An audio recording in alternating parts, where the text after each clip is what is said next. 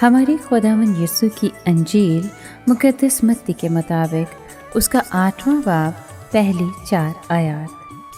एक दिन जब यीशु पहाड़ से उतरा तो बड़ा भारी हजूम उसके पीछे हो लिया, और देखो एक घोड़ी ने आकर उसे सिजदा किया और कहा, ए खुदावंद, अगर तू चाहे तो मुझे पाक साफ कर सकता है।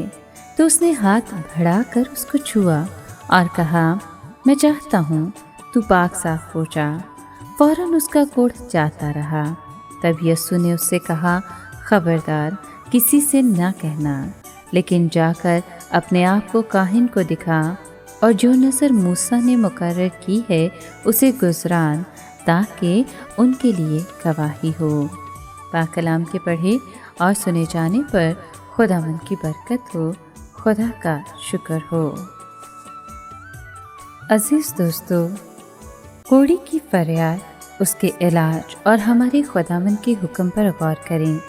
ये एक मानी हुई हकीकत है कि कोढ़ को आम तौर पर गुनाह से तशबीह दी जाती है।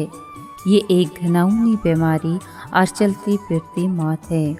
यीशु ने हाथ बढ़ाकर उसे छुआ ताकि उसके साथ हमदर्दी जाहिर करे, उसका ईमान बढ़ाए और हमें यकीन दिलाए कि वो बड़े से बड़े गुनहगार को भी खुशी से कबूल करता है। उसने शिफा पाने वाले कोढ़ी से कहा, जा और अपनी दई काहिनों को दिखा और नज़र गुज़रान। इस तरह यीशु ने शरीयत को पूरा किया।